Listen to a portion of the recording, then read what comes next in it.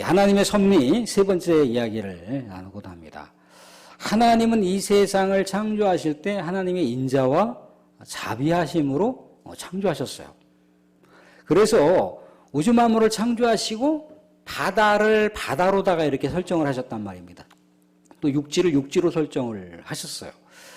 만약에 바닷물이 자연스럽게 밀물이 있고 썰물이 있잖아요. 그죠? 그래서 우리가 바닷가를 가보게 되면은 바닷물이 일정한 경계선을 넘지 않습니다. 그죠? 바닷물이 일정한 경계선을 그냥 시도 때도 없이 넘어가게 되면 그게 자연 법칙이 깨져버리는 거죠. 그죠? 그래서 가끔씩 자연 법칙이 깨지는 경우가 생길 수가 있잖아요. 그죠? 이 바다 밑에 있는 지각의 교각들이 깨지는 바람에 밑에 있는 지하 그 교각들이 깨지게 되면 막 해일이 생기잖아요. 그죠? 쓰나미가 막 생깁니다. 그래서 삽시간에 그냥 막 육지를 막 덮쳐버리는 그런 일들이 발생을 하는데 참 묘하게도 그 해일과 쓰나미가 지나가고 난 다음에는 다시 예전의 모습으로다가 돌아간다는 거예요. 자정 능력 때문에 돌아갑니다. 물론 여러 가지 해일이나 쓰나미 같은 경우가 사람이 여러 가지 자연들을 많이 훼손했고 또 이 자연세계 가운데 사람들이 많이 오염을 해놨기 때문에 그것들이 다시 자정 능력을 일으키면서 우리 사람에게 피해를 입히는 그런 상황들이 발생을 하긴 하는데 아무튼 전체적으로 하나님께서 이 우주 만물을 창조하시고 질서정연하게 법칙이라고 하는 걸 설정해 놓으셨기 때문에 우리가 자연세계 가운데 큰 피해를 입지 않고 자연스럽게 우리가 바다도 구경하고 또 산도 구경하고 또 우리가 마실 물도 또 적절하게 잘 마실 수 있고 그렇다는 거예요. 그게 다 모두 하나님께서 이 세상을 창조하실 때 인자하심과 하나님의 자비하심 가운데 이 세상을 그렇게 관리하신다라고 하는 것, 그게 바로 섭리라는 거예요. 오늘 교독문 그 20번 시편 33편의 말씀을 이렇게 교독하면서 제가 마음이 이렇게 울컥한 그런 장면이 있어요. 그 뭐냐면 하나님께서 하나님의 인자가 충만하시다라고 하시면서 이 바닷물을 하나님께서 쌓아 놓으셨다라고 하는 표현이 이렇게 교독문 20번에 나옵니다. 그리고 물을 곳간에게 가두셨다라고 하는 표현이 나와요. 그 자연세계와 왜 우리 하나님의 인자하심이 연결될까를 잠시 이렇게 스치고 지나갔는데, 하나님께서 우리의 인생들을 그만큼 사랑하셨기 때문에, 그만큼 우리 사람들을 하나님께서 자비롭게 생각하시기 때문에 모든 우주 만물과 이 피조세계가 사람들을 위해서 만들어 놓으신 거예요. 사람들을 위해서. 모든 우주 만물을 창조하시고 사람들이 쾌적하게 활동하고 살아갈 수 있도록 그렇게 6일 동안 창조하시고 사람을 창조하셨잖아요. 그죠? 사람을 먼저 창조하시고 나중에 것들을 창조하신 게 아니라 다 만들어 놓으시고 그 쾌적한 환경들을 다 조성하시고 사람들이 살아갈 수 있도록 하셨다는 거예요. 그게 이제 하나님의 놀라운 섭리라고 하는 것을 알 수가 있어요. 우리가 봄, 여름, 가을, 겨울을 이렇게 보내잖아요. 그죠? 아침에 눈을 뜨면은 이제 새로운 하루가 시작되었구나 그러면서 또 감사하면서 하루를 또 살아갈 수가 있어요. 그죠? 또 밤이 되면 이제 하루가 이제 저물었구나 그러면서 밤 동안에 또 숙면을 또 취할 수도 있고요. 물론 여러 가지 상황에 따라서 아침과 밤을 좀 바꿔가면서 생활할 수도 있긴 하지만 아무튼 그 시간이라고 하는 개념이 또 있고 또 봄, 여름, 가을, 겨울이라고 하는 그런 계절적인 그런 감각이 우리 가운데 있다는 거예요. 그래서 봄에 씨앗을 잘 뿌려서 또 가을에 이렇게 수확을 하고 또 겨울에는 모든 또 자연세계가 잠시 잠을 취할 수 있는 그 시간들을 잤다가 봄이면 또 만물들이 다시금 깨어서 소생을 하게 되고 또 풍성하게 이렇게 실록의 아름다운 또 우리가 여름 이 5월달을 또 맞이하지 않습니까? 그죠? 그런 모든 그런 자연세계 가운데서 하나님께서 우리 사람들에게 사계절이라고 하는 아름다운 계절을 남겨놓으셨음으로 인해서 우리가 봄은 또 봄대로, 여름은 또 여름대로, 또 가을은 가을대로, 겨울은 또 겨울대로다가 아름다운 그런 풍미를 우리가 느끼고 경험할 수가 있다는 거죠. 자연세계에서도 이렇게 하나님께서 섭리 가운데 만들어 오셨지만 우리 인생 가운데서도 우리 하나님께서 윤리적인 법칙이라고 하는 것들을 남겨놓으셨어요. 삶의 원리를 또 남겨놓으셨다는 겁니다.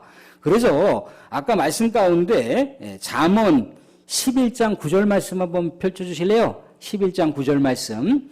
11장 9절 말씀 보시면 악인은 입으로 그의 이웃을 망하게 하여도 의인은 그의 지식으로 말미암아 구원을 얻느니라.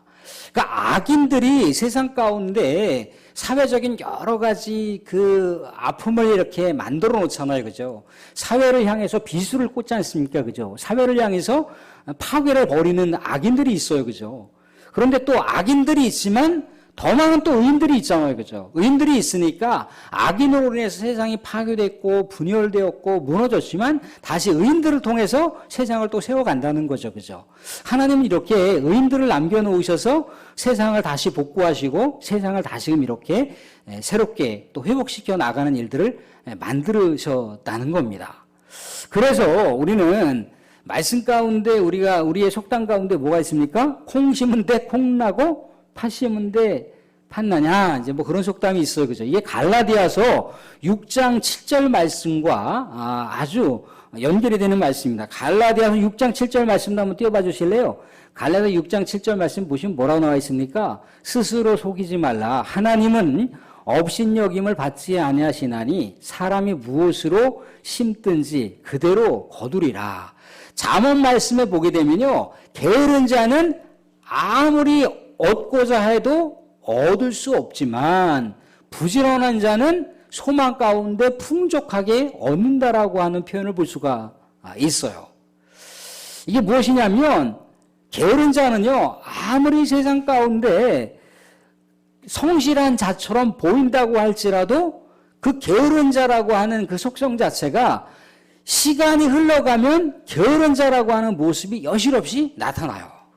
성실한 사람도 마찬가지입니다. 성실한 사람 본성 자체가 성실하기 때문에 무엇인가 잠깐 결핍된 요소가 있어도 그 성실한 속성이 계속해서 삶 속에 나타나기 때문에 풍족함이라고 하는 걸 늘 언제나 누리면서 살아갈 수가 있다는 겁니다. 악인이라고 하는 것도 그렇고 의인이라고 하는 것도 마찬가지예요. 악인이 아무리 의로운 척해도 시간이 지나가면 악인의 본성이 여실없이 나타나요. 근데 의인은 어떻습니까? 의인은 의인으로서의 삶을 살다가 잠시 악한 모습이 나타난다 할지라도 의라고 하는 속성이 일관되게 흐르기 때문에 그것이 잠시 거칠 뿐이지 의로움이라고 하는 속성이 여실없이 나타난다는 거예요. 이게 윤리적인 법칙이라는 겁니다. 그래서 세상 가운데 악인들이 아무리 많아도 의인들이 또한 있기 때문에 악인들의 모습을 메꿔갈 수가 있다는 거예요. 그런데 참 묘하게도요, 세상은 악인과 의인이 있잖아요. 그죠? 근데 악인이 악인으로 나타날 수밖에 없는 개인적인 가정사가 있는 곳이고 또한 개인적인 그런 여러 가지 사회와 또 그가 자라면서 학령 과정을 거치면서 나타난 여러 가지 모습이 있기 때문에 그렇게 악인의 모습으로 노출될 수밖에 없다는 거예요. 예전에 우리 보면은 지존파라고 하는 그 사건으로 인해서 온 세상을 다 뒤집어 놨지 않습니까? 그죠? 그 지존파 그 20대 초반의 아이들이 세상을 다 뒤집어 놨잖아요. 그죠? 그런데 그 친구들의 그 과거사를 보게 되면 다 대부분이 어떻습니까? 가정이 다 불우한 환경이었어요. 부모가 없는 가정에서 자랐거나 아니면 아버지가 또 어머니가 여러 가지 문제 요소를 많이 일으키는 그런 상황 가운데 자란 자연적인 배경이 있을 뿐더러 학령기 과정에서 선생님들에게 마치 개처럼 취급당하는, 뭐 예전에는 뭐 때리는 것이 학력 체벌이라고 하는 것이 학교에서 자연스럽게 이루어지잖아요. 그죠? 그래서 뭐 학생들 같으면 개패든 맞고 뭐 그렇게 했지 않습니까? 그죠? 근데 그렇게 가정에서도 인정받지 못하고 학교에서 선생님들로부터도 인정을 받지 못하니까 그것이 고스란히 자라면서 그 모습이 어디로 나타나는 겁니까? 사회를 향해서 비수를 꽂는 모습으로 나타나는 거예요. 그게 범죄 심리를 분석했던 사람들이 한결같이 공통된 교감이라고 하는 것이라는 겁니다. 그러니까 아니 땐 굴뚝에 어떻게 연기가 나겠느냐라고 하는 말처럼 그렇게 그 사람들이 자라나면서 나타나는 모습이 사회를 향해서 그렇게 빛을 꽂는 모습으로 나타났다는 거예요. 그런데 세상 가운데 의롭게 살아가는 사람들, 세상 가운데 영향력을 미쳤던 사람들의 그 모습을 보게 되면요, 주변에 어머니로부터 상당히 많은 영향을 받은 사람들이 있습니다. 아버지로부터 많은 영향을 받은 사람들이 있다는 거예요. 또 선생님으로부터 많은 영향을 받은 사람들이 있다는 거예요. 어거스틴이라고 하는 사람이 엄청난 방탕자였잖아요. 그죠? 여러 가지 이단 사상에 빠지기도 하고 여러 가지 신비주의에 빠지기도 하고 그래서 기존에 있는 교회가 교회 같지 않다라고 막 신랄하게 비판도 하고 그 당시에 교부들을 욕하면서 막 그랬잖아요. 그죠? 그리고 또 어떻습니까? 뭐 외간 여자하고 만나서 또 이렇게 뭐 간통을 해서 또 뭐 아이까지 사생아도 낳기도 하고 막 그런 일들을 벌인 사람이 어거스틴. 이 사람의 망가져 있는 모습이 회복될 수 없을 만큼 망가졌다는 겁니다. 그런데 그의 곁에는 누가 있었습니까? 끊임없이 그를 사랑하고 그에게 관심을 갖고 하나님을 향해서 늘 언제나 아들을 위해서 기도했던 어머니 모니카라고 하는 사람이 있었다는 거예요. 그리고 그가 자라면서 20대, 30대를 거쳐가면서 누구를 만났습니까? 존경받는 암브로시우스라고 하는 그의 스승을 만난 거예요. 그 스승과 그 어머니로 인해서 이 방탕자 어거스틴이 성 어거스틴이라고 하는 기독교의 전체의 새로운 역사를 쓸 만큼 위대한 그런 획을 그었던 사람이지 않습니까? 그죠? 그렇게 주변에 그런 환경들 요소를 만들 수밖에 없었던 그런 의인들, 선인들의 영향을 받아서 그가 그렇게 영향력을 끼칠 수 있는 사람이 되었다는 거예요. 우리가 잘 알고 있는 헬렌 켈러라고 하는 사람, 뭐 말씀드리지 않아도 알지 않습니까? 그죠? 그의 인생이 미래가 있습니까? 그의 인생이 앞날이 있습니까? 아무런 희망도 없고 아무런 미래도 없는 그냥 장애인이에요, 장애인. 이 오감각을 제대로 쓸 수 없는 장애인이란 말이죠. 그런데 어떻게 했습니까? 그의 선생이 설리반이라고 하는 선생이 그를 포기하지 않았다는 거죠. 포기하지 않는 열정, 포기하지 않는 사랑으로 인해서 이 헬렌 켈러라고 하는 이 장애인이 온 세상에 선한 영향을 끼칠 수 있는 그런 삶을 살았다는 겁니다. 그러니까 사회 속에서의 어떤 도덕적인 법칙, 윤리적인 법칙이라고 하는 것도 작용을 한다는 거예요. 지난번에 한번 제가 문준경 그 전도사, 그분 그 일대기를 잠시 우리가 짤막하지만 그가 그렇게 순교하는 장면을 봤습니다. 그의 영향을 받은 사람이 누구냐면은 아시는지 모르겠지만 CCC의 초대 총재가 있어요. 김준건 목사라고. 그분이 문준경 전도사님의 제자예요, 제자. 그리고 정택이 아마 뭐 우리 교단, 이 장로교 교단에서는 잘 모르는데 이 한국 신학교에서 아주 유명한 목사가 있어요. 상담 심리를 전공한 유명한 목사인데 정택이라고 하는 목사가 이 문준경 전도사의 영향을 받은 사람입니다.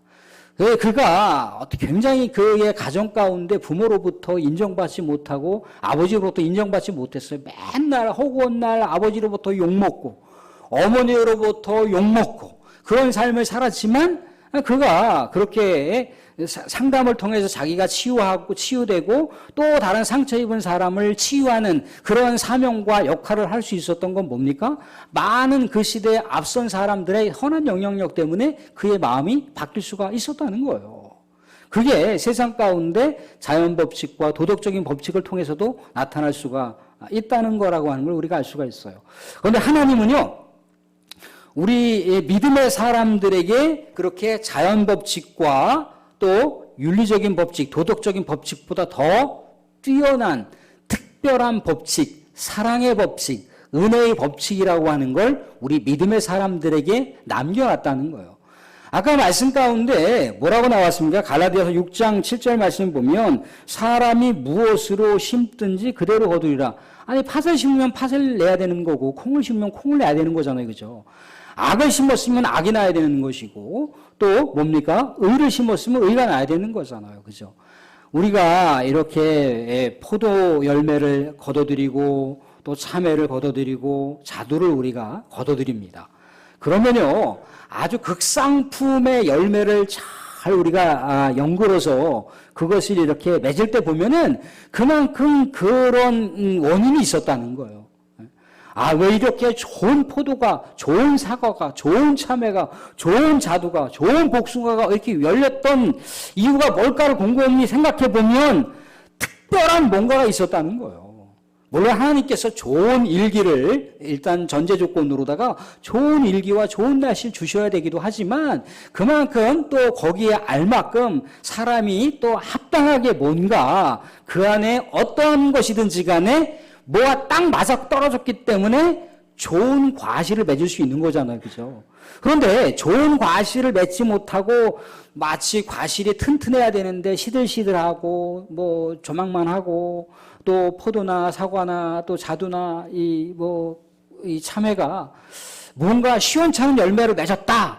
그러면 일기가 물론 전제 조건도 있긴 하지만 뭔가가 문제가 있는 거잖아요. 그죠? 뭔가 농약을 잘못 줬다든가 아니면 영양제를 잘못 줬다든가 아니면 풀을 뽑아야 되는데 제초제를 줬다든가 뭐 그런 여러 가지 연유가 있기 때문에 열매가 잘 자라지 않는 그런 모습이 있다는 거예요. 자연법칙과 이 조덕적인 법칙이라고 하는 것이 그렇다는 겁니다. 그런데 하나님은 우리들에게 특별한 법칙을 주셨어요. 특별한 은혜의 법칙을 줬습니다.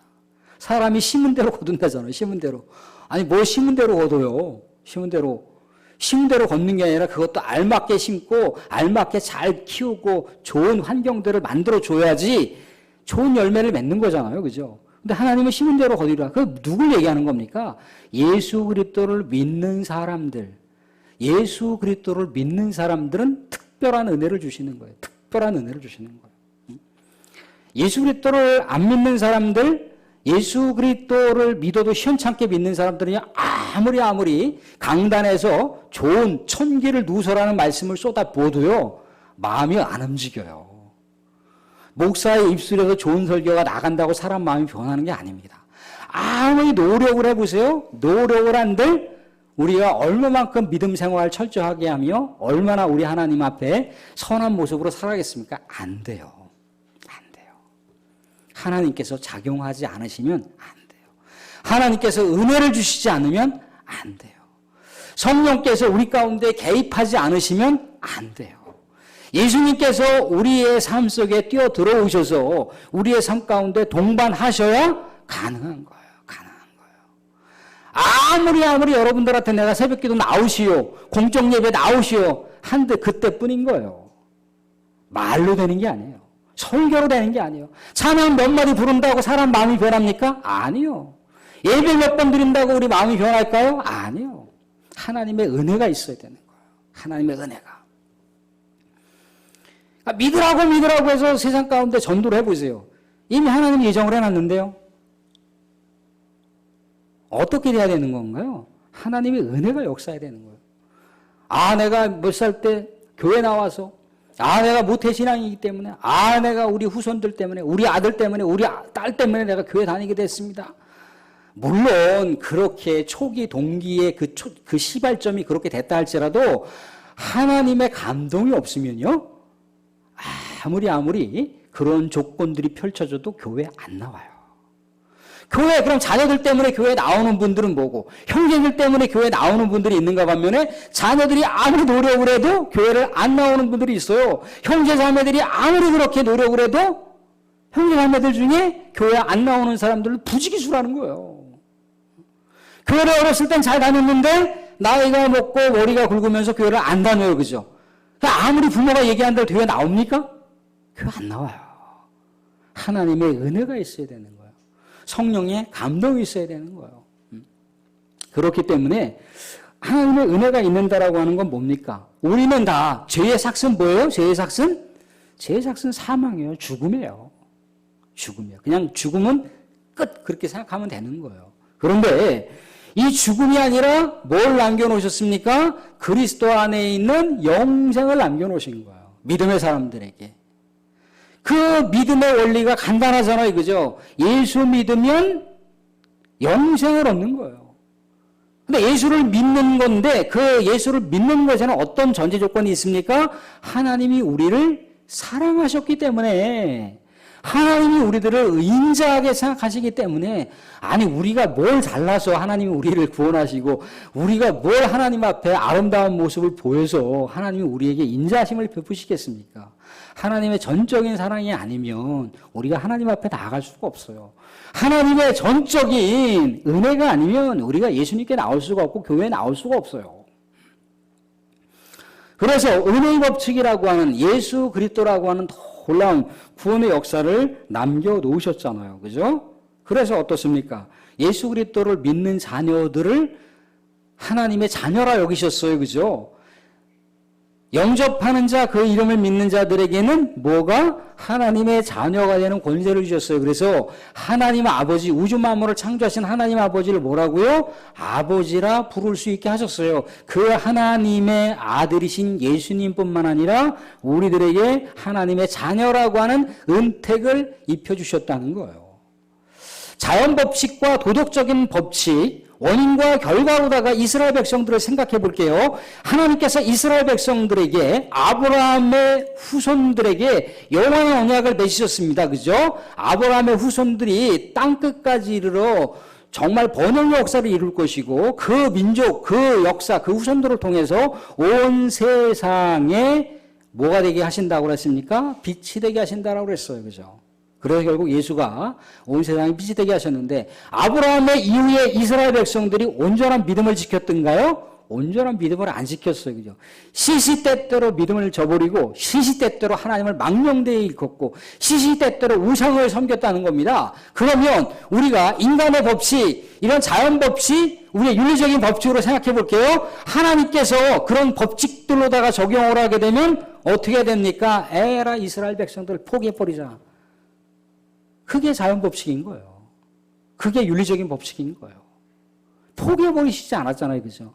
포기할 수 있었는데 포기해버리지 않았어요.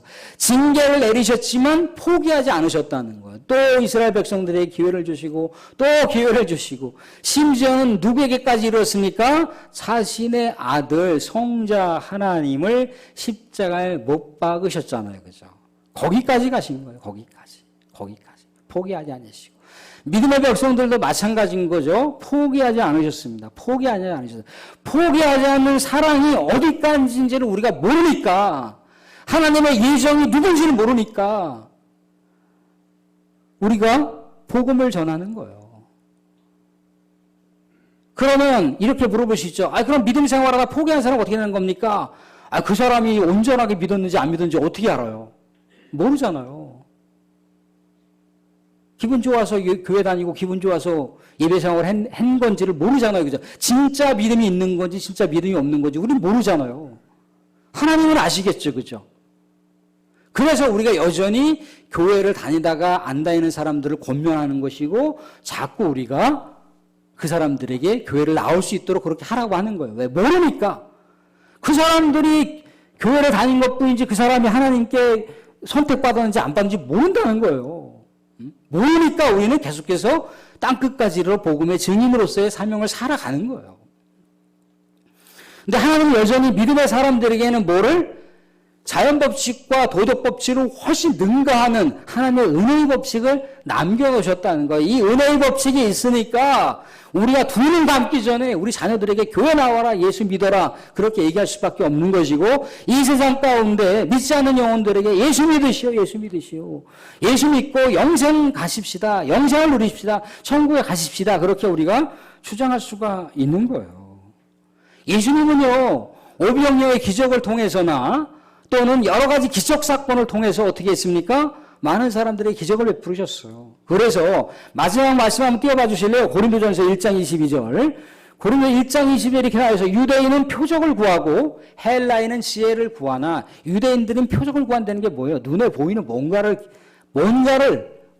보기를 원한다는 거예요. 우리 한국 사람들하고 정서가 비슷해요. 한국 사람들도 뭔가 기적을 눈으로 보기 원하잖아요. 그죠? 근데 그 기적이라고 하는 게 진짜 믿음으로 가는 그런 통로 역할을 하는 게 아닌 거예요. 그건 여러 가지 파편 조각 중에 하나인 거예요. 또 여러 가지 은사를 통해서 자꾸 하나님께 나가려고 하잖아요. 그죠? 은사도 여러 가지 파편 조각 중에 하나예요. 방언 못 하셔도 돼요. 병 고치는 은사가 없으셔도 돼요. 여러분들에게 믿음의 은사를 주셨고, 여러분들에게 깨달음의 은사를 주셨고, 여러분들에게 사랑의 은사를 주셨고, 여러 가지 조건 중에 하나의 은사에 왜 이렇게 자꾸 매달리세요? 그럴 필요가 없어요. 여러분들에게 말씀에 깨닫는 은사가, 말씀 깨닫는 은사가 그게 연의 은사예요, 연의 은사. 그런 거 주셨잖아요. 여러 가지 그런 거, 은사 하나 안 받았다고 여러분들 이렇게 난리치실 필요가 없어요. 여러분 하나님께 주신 게 얼마나 많은데요. 그러니까 유대인들은 자꾸 그런 것만 원하는 거예요. 기적을 원하고 자꾸 뭐 병 고치고 뭐 방언 그런 쪽 신비주의적인 거로만 자꾸만 본다는 거예요. 사도 바울이 뭐랬습니까? 그런 거 안 해도 된다는 거예요. 사도 바울 3층점까지 시험했다고 하잖아요. 그죠? 그런 거 안 해도 된다는 거예요. 예수만 알면 되는 거예요. 예수만 알면. 헬라인들은 또 뭡니까? 헬라인들은 지혜를 구한다는 거예요. 철학을 구한다는 거예요. 이성적인 판단 능력으로다가 내가 이성적으로 판단해서 믿음이 생기면 교회 가고 믿음이 생기면 예수 믿고. 근데 이성적인 판단으로 생각해보면 다 이 성경 말씀이 다 신화적인 말씀인 것 같아. 어디 동정녀 마리아가 남자하고 성적인 접촉도 없이 어떻게 아기를 가질 수가 있어? 이 말이 안 되잖아. 말이 안 되니까 성경에 기록되어 있는 거예요. 그걸 믿으라고 하는 거예요. 그럼 그게 성모 마리아가 아기를 잉태했는데 그게 성령의 아기로 난 거잖아요. 성령의 아들이잖아요. 그죠? 성령의 힘으로 아들을 낳지 않습니까? 그죠? 근데 그걸 왜 믿으라고 합니까? 왜 믿으라고 합니까? 그냥 자연적인 법칙이면 믿으라고 할 필요가 없잖아요. 그죠?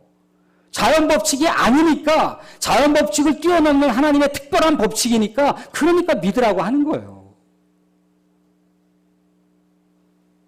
그러니까 이성적인 판단 능력으로다가 내가 예수를 믿을 만하면 믿고, 이성적인 판단으로 설득이 되면은 믿고, 설득이 안 되면 안 믿고, 내 삶 속에 기적이 체험되면 믿고, 내 삶 속에 그런 은사 체험이 없으면 예수 그리스도를 덜 믿고, 그게 아니라는 거예요.